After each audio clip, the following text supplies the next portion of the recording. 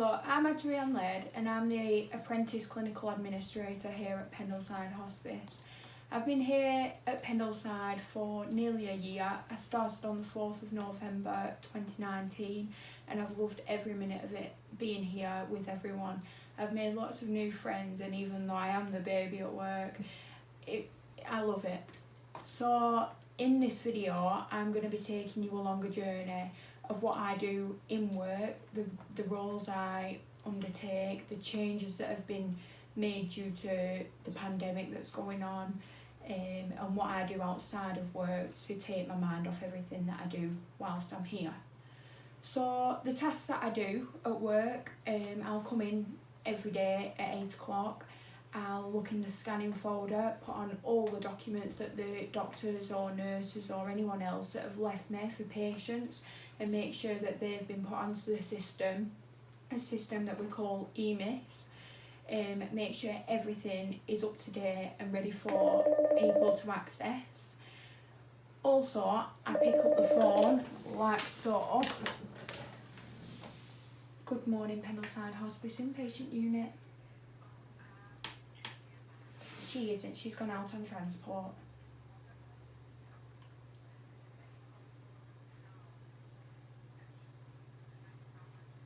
Can you ask Betsy for a call back, please, in about an hour and a half?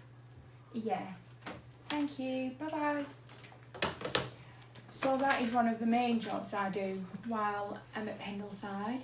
I also put on any referrals that maybe for any of our services, such as complementary therapy, hospice at home, inpatients, family support, day services, all different types of things.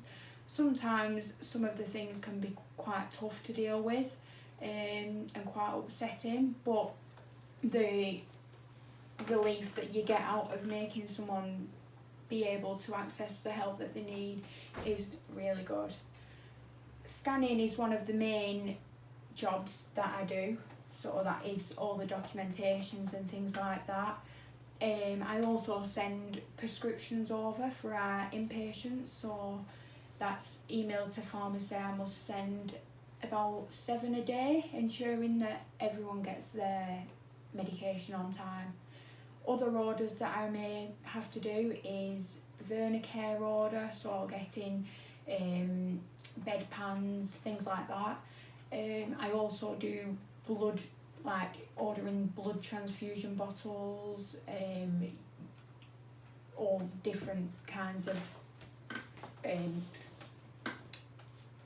bottles that we use in the hospice. One of my favourite jobs to do is making sure that the board is always very precise and neat. That is one of the main, it's always just got to be nice. I love working in the office because most of the time you are with someone different, one of the nurses and the coordinator, and we always manage to have such a great laugh. So when the pandemic started, I actually took up a new role as well as the role that I felt comfortable in, and I actually was a healthcare assistant for, I'd say, about 2-3 months, and I got a lot of experience from this, not just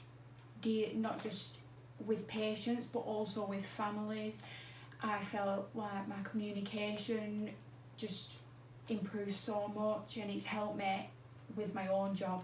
I feel a lot more confident on the phone and undertaking tasks that might not often be my own job. I would like to go into nursing when I'm older, and hopefully this is something that can be achieved.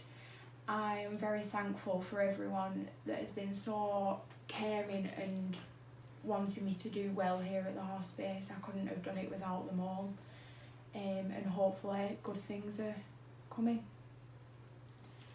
The main reason that I wanted to come and work at the hospice was for my grandma. My grandma used to come to day services about 4 or 5 years ago, and she sadly passed away about 2.5 years ago.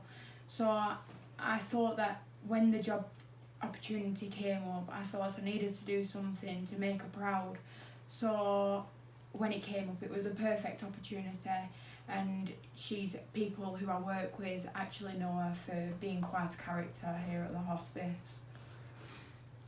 One of my hobbies to unwind from work and forget everything that's going on at work, I find the best thing to do is actually ride the horses.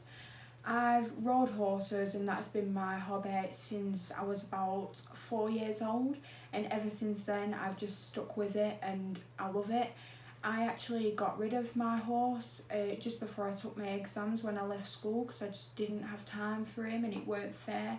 But when I had him, I was out competing every single week and I just used to love every single minute, and I'm so glad that I had the opportunity to do that.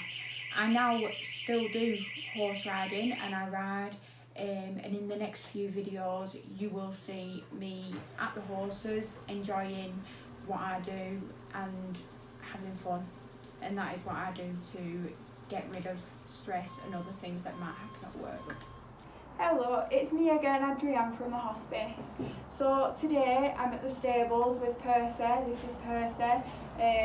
I've known Percy for since nearly 6 years ago. He's 8 years old. He's a friendly chap, as you can see.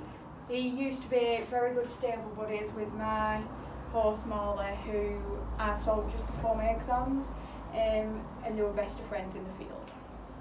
I'll show you a little video of me riding Percy, and hopefully you will enjoy it.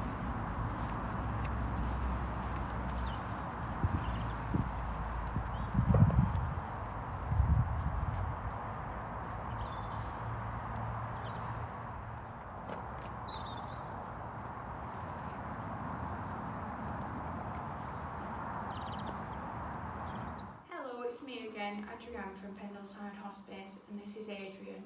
Adrianne works at the hospice doing complementary therapists. Today in this video we're going to find out a bit about Adrianne's roles and what he does outside of the hospice. So how long have you been at Pendleside for?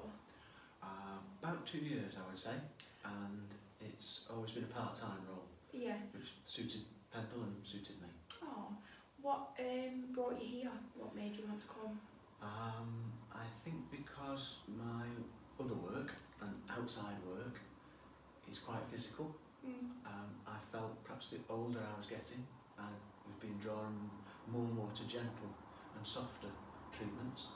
So I thought that perhaps if I could try and find somewhere to do that, I do that at care homes, and I do that with people in their own homes. But if you could be in one place for a whole day, and perhaps working with people who are really poorly, I think then I would feel I'd be using my skills the best way I could. Oh, that's lovely, and I'm sure that everyone appreciates it. I believe that you have a strong passion for horses and you are an equine therapist as well. I am. I started doing that about 5 or 6 years ago.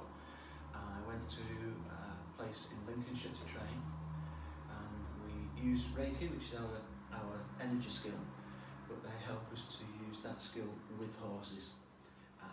We can use it for everything, for horses on box rest, right through to horses that are really stressed or have had injuries, or just for general maintenance if your horse is being moved or sold, or horses are coming onto the field and they have any kind of distress work. Reiki works really well because horses don't see you as a person. They don't see me as Adrianne the therapist. They only see and feel my energy. So if we try and respect the horse and let the horse know that he's actually in charge and it's his room and it's his stable and we're just coming to help, you get a real difference in the balance. We don't go there to give something and say, you will have this. We go and take some energy to them and see what they'd like to absorb. I agree. I think that it is down to the person and you've got to respect them. Yeah.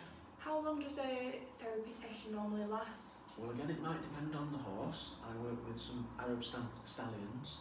A friend of mine, they have a stud farm. They always take longer because they are very powerful. They're very much in their own world. They're like two sports cars welded together. So I would say with them an hour and a half.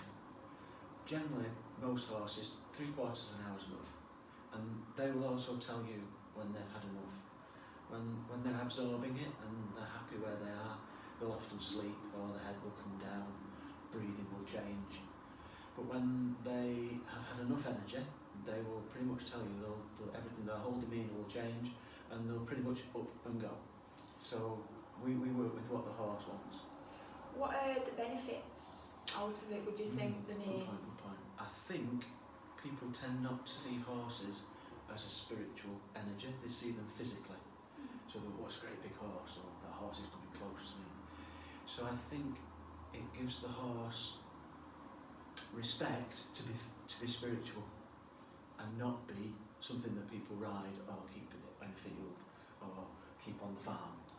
They are, wonderful spiritual energy beings, more than other animals. I do work with other animals, but horses and humans have something. What other animals is it that you work with? Dogs, cats, everything. Cats are interesting. I bet they are. A bit different. Dogs generally will enjoy therapy work, and if you are at somebody's house and doing a treatment and they have animals, you generally find after a session or two that the animals will come to you and they'll often sit by where you're working. Oh. So it's quite interesting. How long has it interested you with the horses doing the therapies? Well, I think without realising, I've always liked horses and I've always felt good around them. And I think once I decided to do some formal training, it kind of built my confidence up. So I think I've always enjoyed it, but really come to the fore in the last, say, 5 or 6 years since I actually got some formal training. It makes you feel better. Did it take long for you to train? Not really, because a lot of the people who go on it are halfway there anyway. So most of the people who go on those courses are Reiki qualified anyway, and they might have years of experience. I teach Reiki, so I have about 20 years worth of experience of teaching Reiki. So to take that and then work it with the horses, it makes it a lot easier. So I gained a lot from the course about how to handle a horse and how to be with the horse and how to stand with them. And the energy work, then you just let that flow. Oh, how do you think the best way to get in touch with you is? Do you just prefer? If you would ring me direct on the mobile number, that would be absolutely great. And then we could have a chat about what you might like and whether we think Reiki would work. Oh, lovely. Well, thank you for coming in today. I've really appreciated it. And it's been really interesting to get to know you and your job role a lot more. And hopefully everyone will have enjoyed the video. Smashing. Thank you.